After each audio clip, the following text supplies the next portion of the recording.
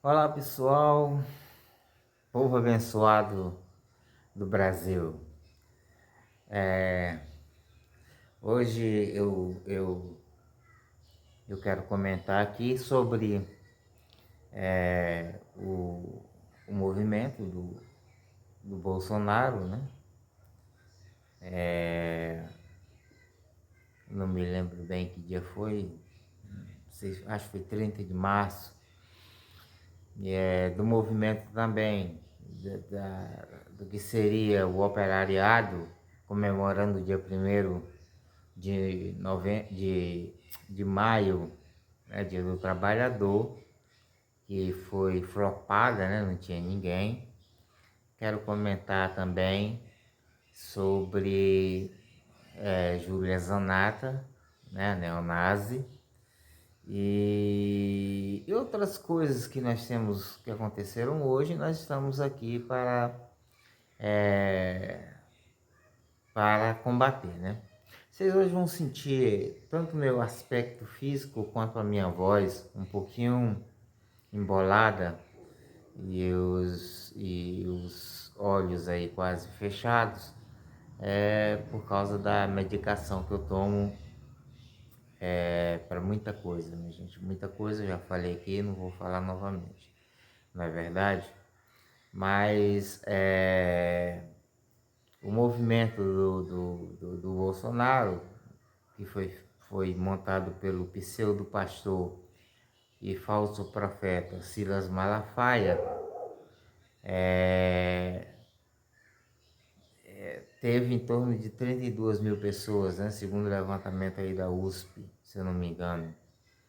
32 mil pessoas, os discursos foram velhos, as mesmas coisas, Bolsonaro comedido, deixando para Silas Malafaia fazer o trabalho sujo de desafiar o STF, de esculhambar, né? Eu vou usar até termos que ele usa, de esculhambar aí o ministro, principalmente o ministro Alexandre de Moraes, que é o ministro do qual ele tem mais ódio, né? Porque é o ministro mais ativo ali no STF atualmente, devido às circunstâncias, devido a ele estar à frente de um inquérito, de um processo que visa punir os autores das fake news, de fake news durante o período eleitoral, e também os atos do dia 8 de janeiro de 2023, aquele quebra-quebra com os terroristas que nós tivemos lá na Praça dos Três Poderes, Planalto, Palácio do Planalto, Palácio da Justiça, onde fica o STF, né, e o Congresso Nacional, as duas casas, né? Então, a depredação que houve, agora está tendo julgamentos daquelas pessoas que foram presas naquele dia e estão sendo condenados, alguns com penas bem altas, né? Como penas aí de 13, 14, 15, 17 anos, até 17 anos.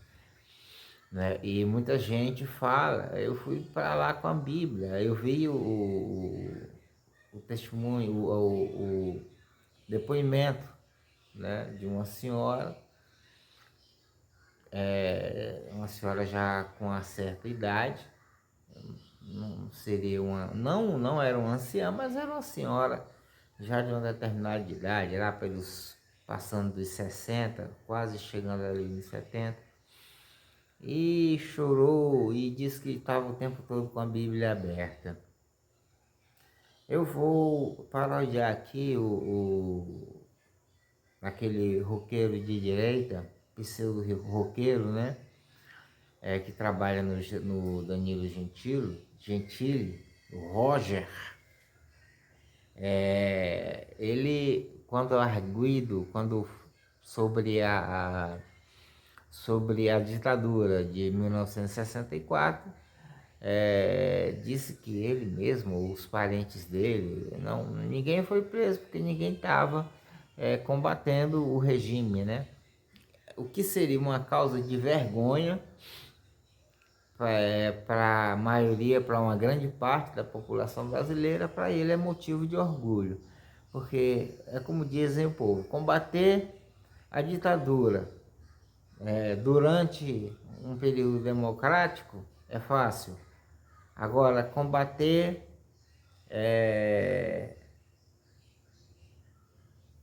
pedir a democracia numa ditadura, aí é difícil, né?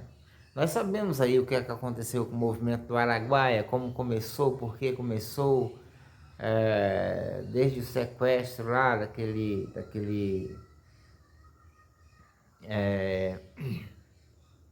daquele embaixador, né, dos Estados Unidos aqui no Brasil, e depois foi trocado aí por alguns militantes de esquerda que resolveram pegar em armas para combater o regime, tendo em vista o endurecimento do regime em 1967, com o usurpador, né, um dos piores, não recordo aquele, mas foi o que sucedeu do Castelo Branco, né? Foi logo o segundo ditador. Depois dele veio outro igual a ele, que foi o Garrastazu Médici, né? E foi durante esse período que aconteceu a guerrilha do Araguaia. Então, parodiando o Roger, eu falo, eu não fui preso lá em Brasília, porque assim, para orar eu tenho meu quarto. Muita gente tem dito isso, né? Algumas pessoas que não conhecem a Bíblia fazem uma exegese não muito correta. Lembre de que Jesus mandou orar no quarto e é só no quarto que nós podemos orar. Jesus não estava falando aí da oração em si.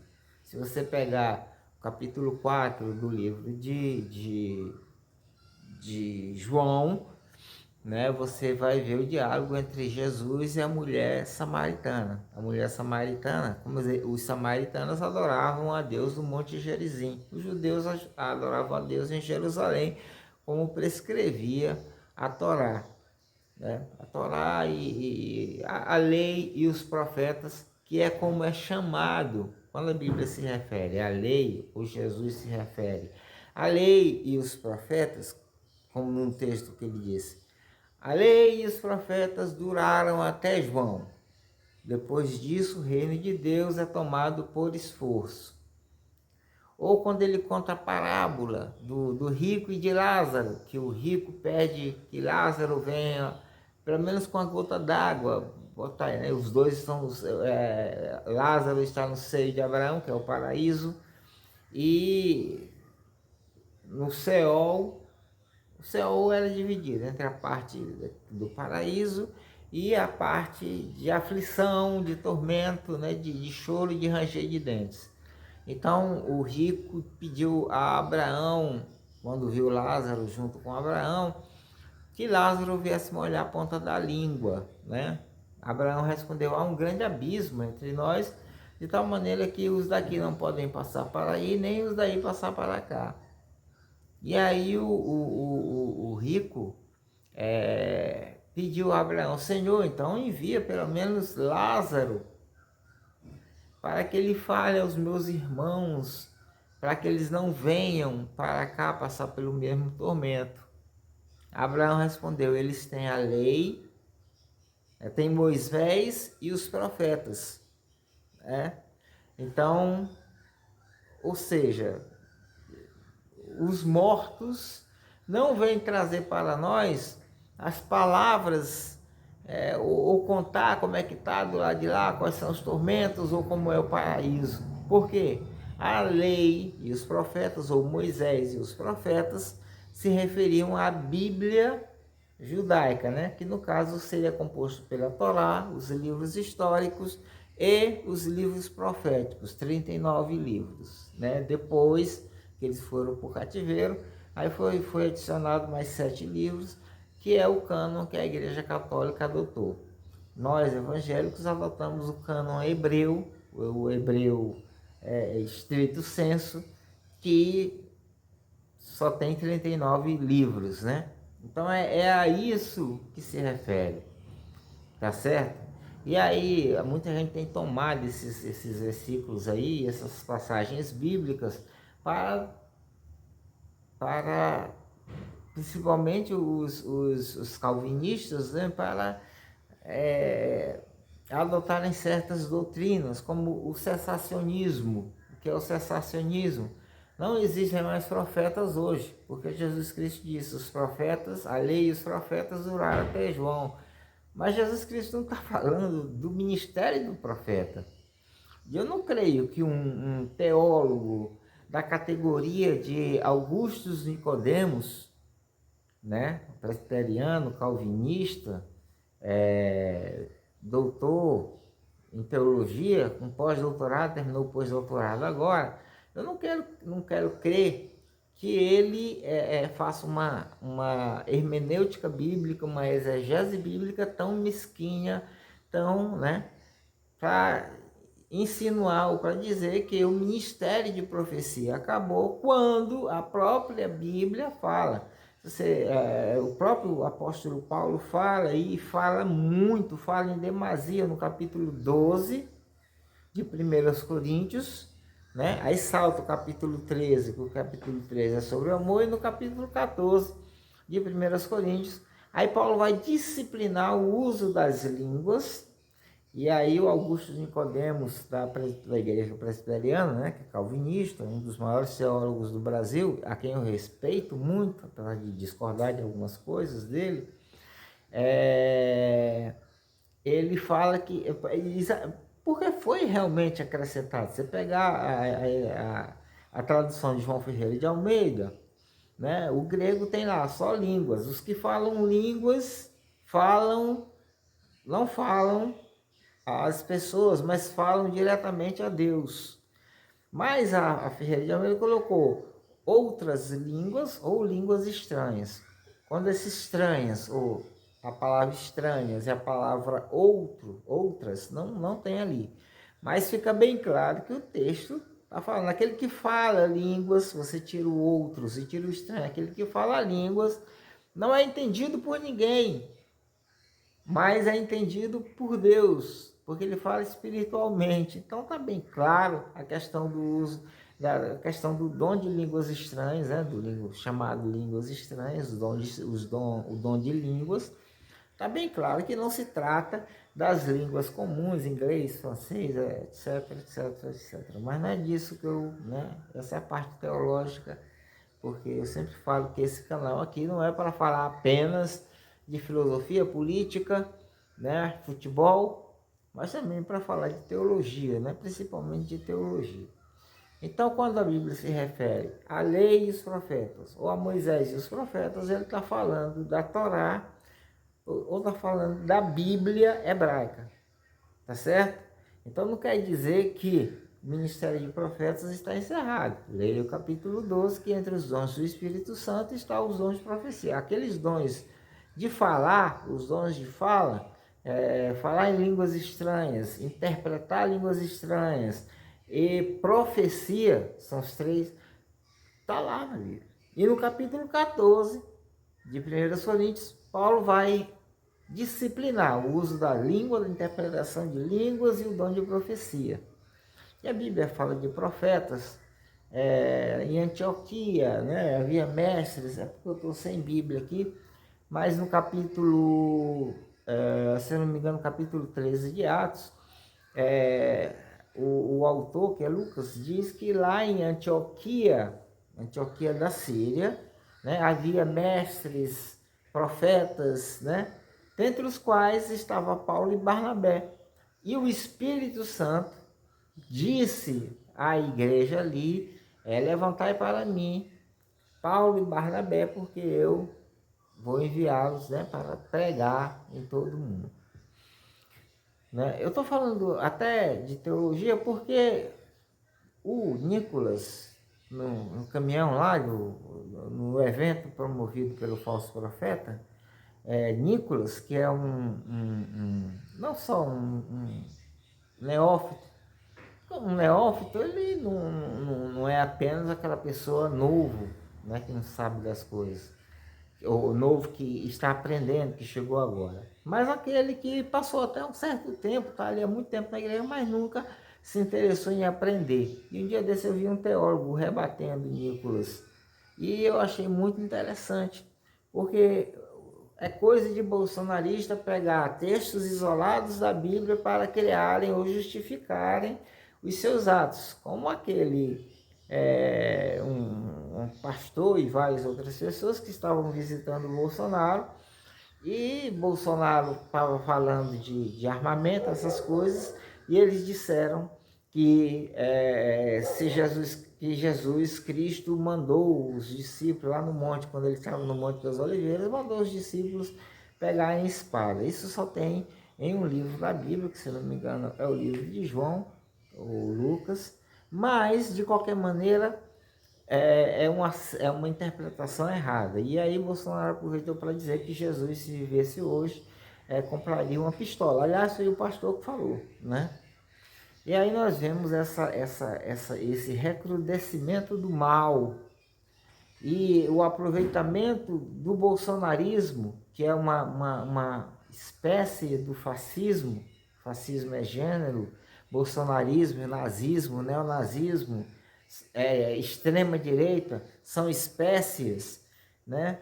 Então, a gente vê esse povo se apoderar de doutrinas, de versículos isolados da Bíblia, coisa que a gente sabe. Um pastor como Silas Malafaia, e aí, meu caro professor, eu sei que você não vai assistir esse vídeo, mas meu caro professor Marcos Antônio Villa, ao contrário do que o senhor diz muitas vezes, Malafaia conhece muito bem a Bíblia. Malafaia é capaz de citar de cor vários textos da Bíblia. Então, quando ele faz uma interpretação errada de um versículo bíblico, ele faz por pura, por pura dissídia, por pura, só pela vontade de mentir, né, pela falsa profecia, de apresentar textos bíblicos imorais, que não tem nada a ver, que a interpretação é totalmente errada.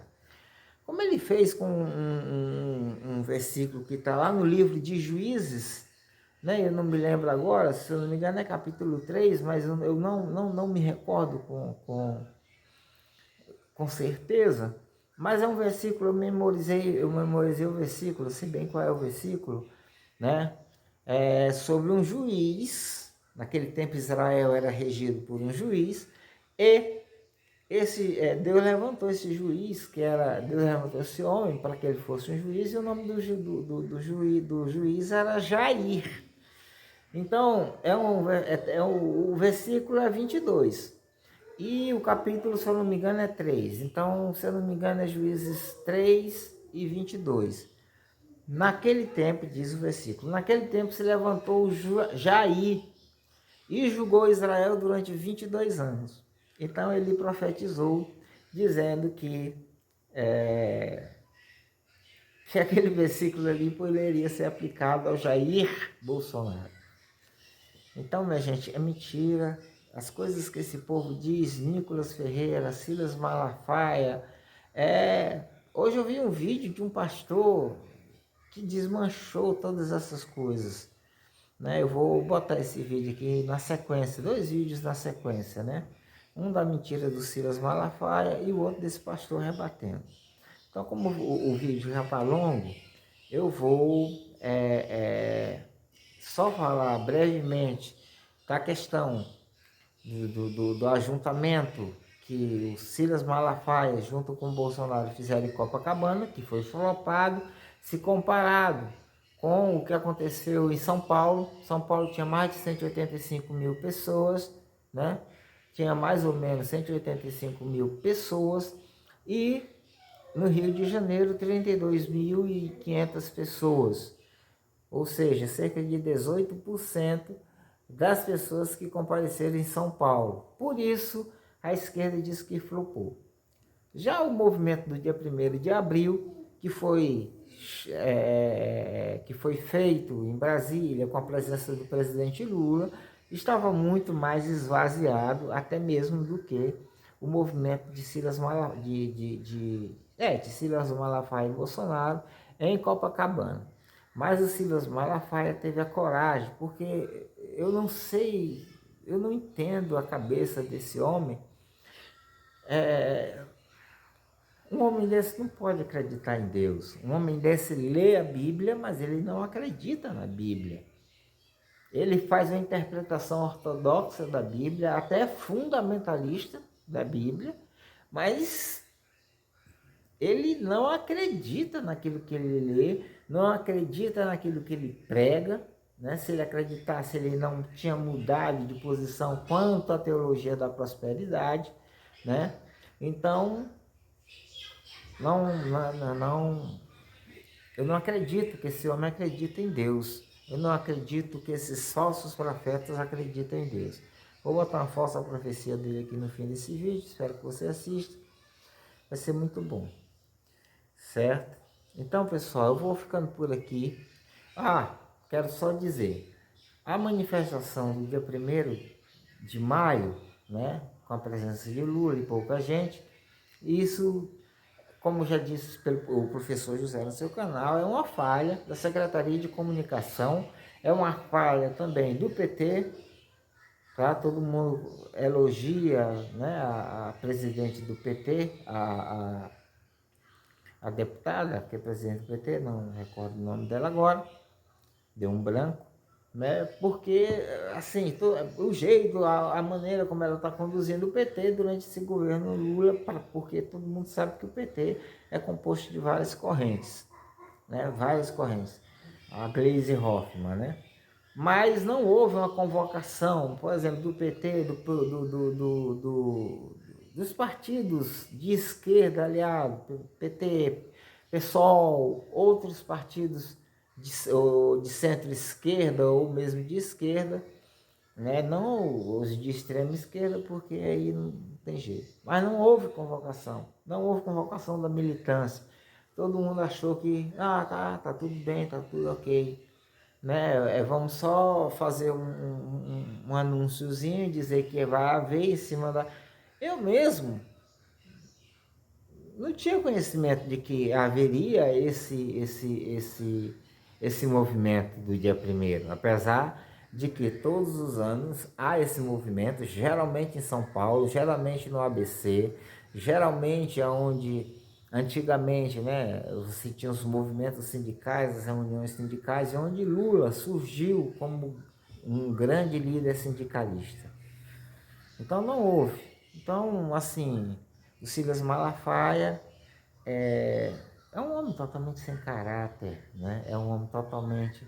Querer comparar o que aconteceu no Rio de Janeiro com o que aconteceu no dia 1º de janeiro, ou do 1º de maio, dia do trabalhador, é uma hipocrisia sem fim, é tentar se aproveitar de uma situação para fazer besteira, né? Para dizer besteira, para defender vergonhosamente a mentira, vergonhosamente o fascismo, vergonhosamente o bolsonarismo, Bolsonaro, a sua quadrilha familiar, e aqueles deputados ali como Carla Zambelli, Bia Kicis, Bilinski e outros vários vagabundos que do bolsonarismo, que ocupam cargos que são, né, ocupam cargos na Câmara, no Senado, né? Você tem aquele senador lá do Ceará, que é espírita, não sei como é que um homem daquele é senador, né? E para você ver a categoria do Nicolas. Nicolas surgiu como? Surgiu através do TikTok. Ele não surgiu porque ele tinha projetos para BH, para Belo Horizonte, para Minas, para BH como vereador, e agora como deputado federal para Minas e para o Brasil. Ele não tem, a pauta dele é falar mal do Lula, é acusar o Lula, né, dizer bobagem do Lula, E enquanto os cães ladram, a caravana passa. Lula vai, né, apesar dos erros, não vamos dizer que nesse governo não há erros, em todos os governos há erro, todos os homens são capazes e erram, né? Então é isso, minha gente. Mais uma vez eu quero pedir a vocês que chegou até aqui, assistiu o vídeo, dá o seu like, deixa o seu like, se inscreva no canal, para esse canal crescer, para que a gente tenha mais debates aqui, tá certo? Para que a gente abordar, eu abordo principalmente aqui essa relação entre política e igreja, entre política e os evangélicos, entre a bancada evangélica e a bancada bancada da Bíblia, a bancada da bala e a bancada do boi, porque é totalmente contraditório, né? Você ter uma bancada da Bíblia que não respeita a Bíblia e se junta com a bancada da bala, né? Que o discurso é a morte, como disse Bolsonaro, né? A minha especialidade é matar, e exatamente essa coisa né? Como a gente já viu, deputados, né? Inclusive a Zanata, né? Eu queria falar da Zanata, mas não tem mais tempo. A Zanata com aquela camiseta, né? E um fuzil pousando e aquela coisa de flores na cabeça, né? Que relembra o que leva, né, a lembrar a juventude hitlerista, né? As mulheres pertencentes à juventude hitlerista durante o período nazista na Alemanha, o governo nazista na Alemanha. Nós não compactuamos com isso, nós não compactuamos com a morte, nós não compactuamos com armas, nós não compactuamos com a igreja atrelada ao Estado. Nós já vimos isso na Idade Média e vimos no que dá. E eu digo para vocês, um Estado teocrático evangélico será pior do que a Inquisição da Igreja Católica durante a Idade Média. Tá certo? É como disse o pastor Henrique Vieira, né? Você é crente de outras igrejas, ou mesmo da mesma igreja, mas você discorda deles, eles irão perseguir você. Você é gay, lésbica ou simpatizante, né, GLBT, eles vão perseguir você e vão matar você. Bolsonaro disse que, né, preferia ter um filho morto do que um filho gay, né? Se eu estou defendendo a ideologia de gênero, primeiro que isso não existe, né, gente? Essa questão de ideologia de gênero, isso não existe, né? O que eu estou defendendo aqui é o direito de cada cidadão, enquanto cidadão do Estado, pagador de impostos, ele tenha a sua vida, né? Ele leva a sua vida desde que ele não vá contra a lei, ele leva a sua vida como ele queira. Então ele tem o direito de fazer isso, tem direitos civis que não podem ser tolhidos desse pessoal, tá certo? Então, se você é católico, eles vão perseguir você, né? E já estão perseguindo. Então, minha gente, vou falando por aqui. Vai ficar longo o canal porque eu vou adicionar mais coisas. Mas assine o canal, dê o like no vídeo, repasse o vídeo para outras pessoas, para que as pessoas assistam, compartilhe nas suas redes sociais, compartilhe no seu canal, compartilhe no Facebook, compartilhe no X, né? Compartilhe onde você puder. Tá ok? Então, uma boa noite a todos. Amanhã nós nos veremos novamente. Tá ok? Um grande abraço. Todo cara que faz o bem hoje em dia é comunista. As pautas de Jesus são todas comunistas. Se ajudar pobre, não, pobre é malandro. Parece que o evangelho não manda, que Jesus não disse, olha, entrem aqui, vocês são os benditos do meu Pai. Porque eu tive fome e vocês me deram de comer, eu tive sede, vocês me deram de beber, eu estive nu e vocês me vestiram. Teologia do domínio está chegando, já chegou ao Brasil, fortemente de 2013, 2014, 2015 para cá, ganhou tanta força que chegou a eleger um presidente e que teve seu primeiro ensaio de vamos beneficiar os evangélicos, e os evangélicos, nosso Senhor, nosso Messias, nosso Cristo, chegou para nos fazer bem, tal da teologia do domínio e a teologia da prosperidade. São as grandes duas teologias americanas que chegaram no Brasil com todo o poder. Primeiro a da prosperidade, que chegou aqui em 1986, por aí, que é essa coisa de que Deus só responde à oração de quem dá dinheiro. E tornou-se praticamente uma unanimidade cristã evangélica no país. São poucos os que não estão nessa. E agora, de alguns anos para cá, a teologia do domínio. Esse negócio, a gente vai crescer para se tornar maioria, porque a gente faz barba, cabelo e bigode. Vereador, deputado estadual, deputado federal, prefeito, governador, senador e presidente da República. E nós, os principais pastores, nos tornamos os ayatolás, as eminências pardas. O que eles gostariam é que o Brasil se transformasse numa espécie de Irã evangélico, radicalíssimo, com esses costumes absurdos que você não encontra em Jesus, nem no Evangelho, em lugar nenhum. Um ex-presidente normal. O pessoal da esquerda, os petistas, eles insistem em dizer que o Bolsonaro não fez nada em 4 anos. E eu posso provar para vocês que ele fez, e não foi pouco não. Ele começou tirando os pobres das universidades, dos supermercados, dos aeroportos, dos açougues, dos postos de vacinação, das concessionárias, dos postos de combustíveis, dos depósitos de materiais de construção. Ele cortou o crédito, o financiamento da casa própria, os médicos dos mais médicos, a farmácia popular. Ele tirou direitos trabalhistas e o direito das pessoas se aposentar um pouco mais jovem, um pouco mais novo. Olha quanta coisa que ele fez. Agora, incrível que ele queria se reeleger.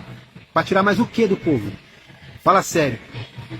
Graças a Deus, o Lulinha voltou. Faz o L. Eu sou um ex-presidente que o povo está saudoso, já está com saudades e temos potencial para ganhar as eleições de 2026.